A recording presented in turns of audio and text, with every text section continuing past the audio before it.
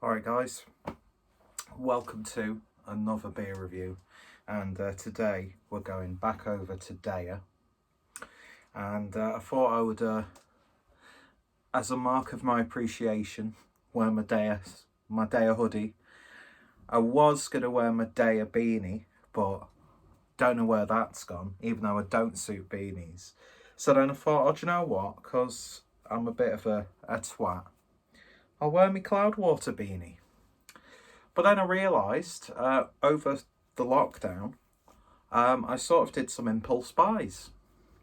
And one of them included a beret. Something I've wanted to own a beret for absolutely ages. But am I ever going to step foot out of this house in Skelmersdale wearing a fucking beret? No, I am not.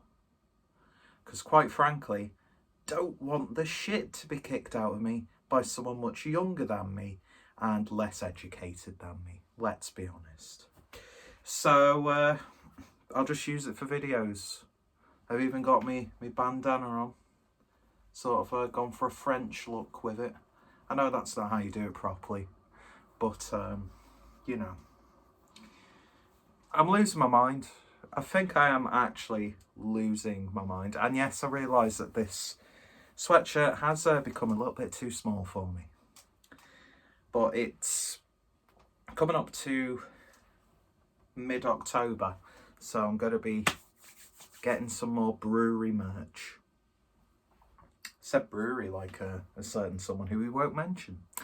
Anyway, so yeah, today going over to Deya, and we're having a look to Deya. Today we're going over to Deya, and we're looking at the Sometimes Pale Ale, which is clocking in at 4.8% ABV, 500ml can. Sometimes is a crisp yet juicy pale ale, utilising Idaho 7, Simcoe and Brew 1 hops. Lovely artwork there, as per usual. I don't drink enough of Deya. I praise Deya every opportunity I get, but I hardly pick any of the stuff up, to be honest. I'll have to do a Deya order one day. I've got to stop doing that. And I'm not taking the beret off, so fuck you. So let's see what we get with this. I picked this up from... Where did I order this from?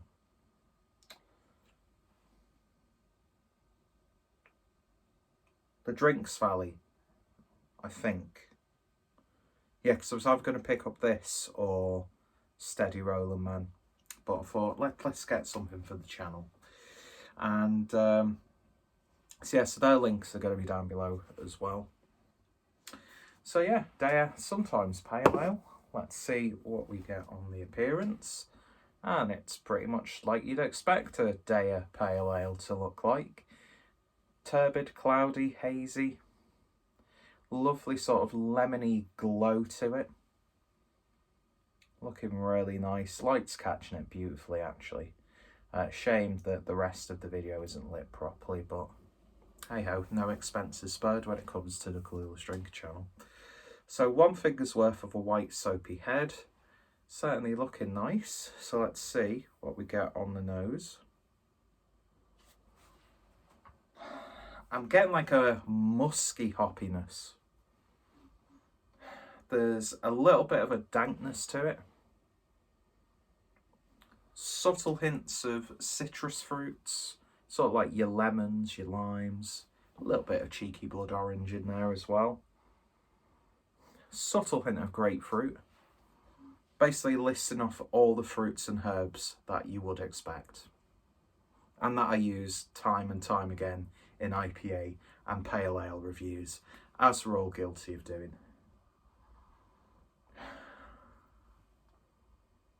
Yeah, it's got a little bit of like a wet grassiness to it. Smelling nice though. Maybe sort of like the juice from tinned melon chunks. Watermelon chunks, I should say. Always takes me back to being a kid, that smell. Anyway, smelling good. Let's give it a taste. Cheers, folks.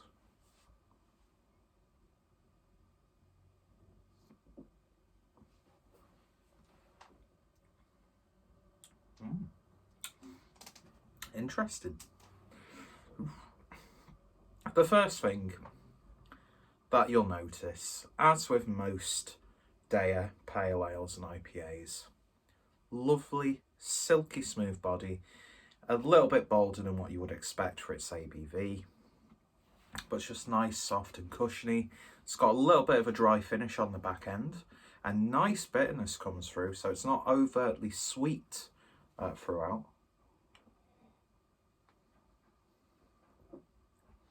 There is a little bit of a passion fruit-esque tang to it, a very subtle hint of gooseberry. Getting a classic flavour of lychee. Did I miss a finger? No, I didn't. I just realised I was doing that. I didn't actually intend on doing it.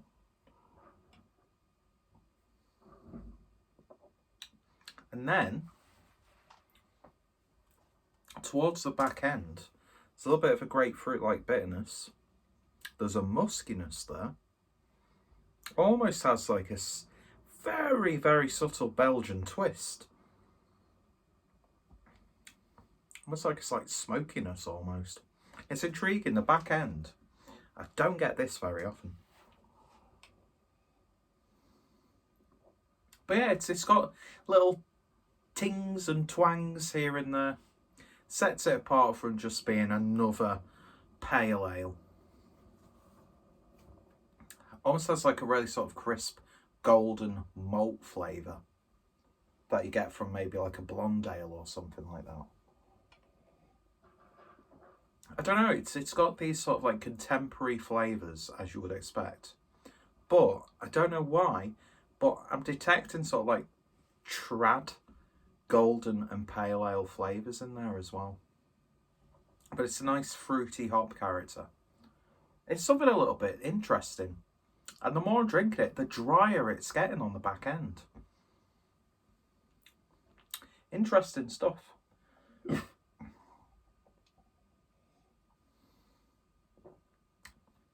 So in terms of a rating then, of sometimes from Deya. Was I saying someday from Deya? Why was I making like a Deya pun? That'll be like the Deya. What? You might have to rewind back. Because I'm sure I found the name funny for some reason and linked it to the Deya name.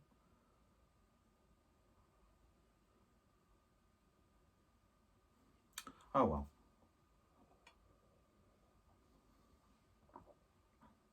Yeah, so that's sometimes pale ale.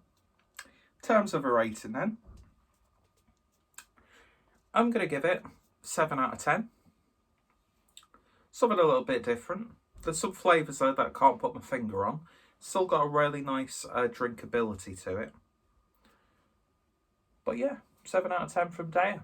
Sometimes. If you've tried it, let me know your thoughts, opinions down below. What are your favourite Deya beers? What beers should I go get? They've got an IPA brewed with citrus zest, which I'm very tempted to pick up. So we can get a mixed 6-pack. Might throw myself in a cheeky Deya t-shirt, I don't know.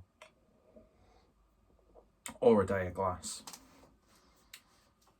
Yeah, because I love Deya, but I very rarely, in fact, I don't actually think I've purchased from Deya. I've either had stuff that I've bought from bottle shops or stuff that's been, gifted to me. So I might have to rectify that. But yeah, if you've tried it, let me know your thoughts, opinions down below. Go check out Deya's web shop in the description, as well as all their social media links. As I said, picked this up from the Drink Valley, so I'll put their links down below. Highly recommended you give that web shop a try. And I think it's an actual prop shop as well in it's either in Swindon or Swinton. Swindon or Swinton, I can't remember. That sounds like the start of like a poem from the 1920s, doesn't it? Anyway, I'll never ever make it as a stand-up comedian. So yeah, 7.5. I'm going to give it 7.5 out of 10, yeah. Did I give it 7.5 initially? I can't remember. It's lunchtime. I need to go make myself some food. I've not eaten anything today. Tell a lie, I made myself, and you've got to try it. If you've got any sort of like leftover mincemeat, season it. Put whatever you want in it. Spread it on some bread. Make yourself a mincemeat toastie. Bit of sriracha sauce. Bear in mind, I was eating this at like 7 o'clock in the morning because I've been up since 4. Awesome. Absolutely awesome. And you'll be surprised how quickly it cooks through as well. So yeah, mincemeat toasties. You'll thank me later. People after me when I go on about naan bread pizzas, but who's laughing now? Probably you at me because I'm wearing a fucking beret. But I don't care. But I'll never wear it outside because I'm a coward. Anyway, cheers for watching. I've got quite a few, well, I've got a few day reviews on the channel. So go check that out. And yeah, hopefully you'll join me next time for another beer review where I'll be dressed relatively normal. And this is really annoying me, how that stops there and that stops down there. See you guys later. Take care.